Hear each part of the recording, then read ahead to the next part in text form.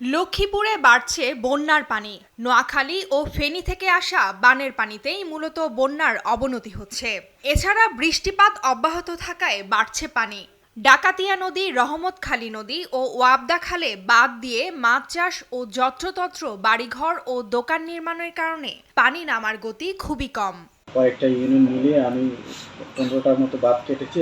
তারপর আজকে সিলেনকে করা আছে, সে আপনার ডাল বাজারের ওদিকে দুটো বড় আছে, সেগুলো এখন কেটে দিচ্ছে। তার আগেও সব মিলে প্রায় 100-র উপরে আমরা বাঁধ কেটে দিয়েছি যেন পানিগুলো দ্রুত নিষ্কাশিত। বাঁধ বলতে আপনার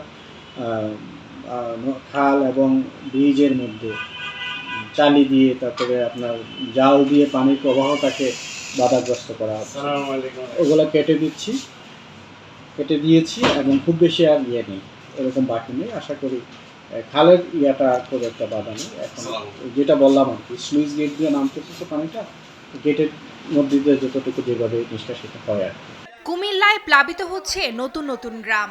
দুর্গম এলাকায় ত্রাণ না গেলেও চুরির ভয়ে ঘর ছাড়ছেন না পানিবন্দীরা। এদিকে দুর্গত এলাকায় বিশুদ্ধ পানির অভাব ও নিরাপদ স্যানিটেশনের অভাবে দেখা দিয়েছে নানান রোগবালাই। গ্রামে গ্রামে যারা দেয় আনফেরার মতন এই খানা ভাত আর যেটা নিয়ে আসবে স্কুল বিলে লই যায়, ওইটা লুটতরাজ করে। তারা ভিতরে দিতে চায় না। তারপর আমরা এখান থেকে আমরা সোনাইশার গ্রাম থেকে এখানে আপনারা দিতে আসেন, আমরা খাইতে আসি। অসুস্থ যারা তারা ভাড়াই দিয়েছি অন্য খানো। কাপ্তাই বাঁধের 16টি গেট 1 ফুট করে খোলা রাখার পরও অব্যাহত পাহাড়ি ঢলে এখনও কাপ্তাই হ্রদে খুব বেশি পানি কমেনি। এতে হ্রদ তীরবর্তী প্রায় 18,000 মানুষ এখনও পানিবন্দী রয়েছে। লংগদু, নানিয়ারচর, বরকল, জুরাছড়ি ও সদর উপজেলার নিম্নাঞ্চল পানিতে নিমজ্জিত হয়ে পড়েছে। ঘর দুয়ার সব ডুবে গেছে। এখন দ্রুত যদি পানিটা চলে যায় তাহলে আমরা একটু সুযোগ সুবিধা করতে পারি। আমরা খাবার চলার তো অনেক অসুবিধা। কেউ বাড়িঘর সারি গেছে, কেউ আছে।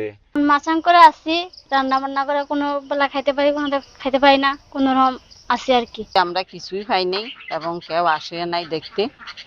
বাচ্চা কাচ্চা নিয়ে কষ্টে আছি। নোয়াখালীতে ধীরে ধীরে কমছে বন্যার পানি। জেলা পানি উন্নয়ন বোর্ড বলছে নোয়াখালীতে 3 সেন্টিমিটার কমেছে বন্যার পানি।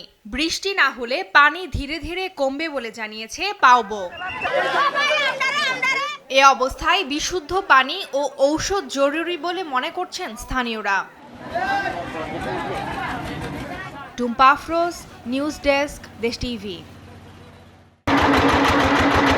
ইউটিউবে দিবে নাকি চ্যানেলে?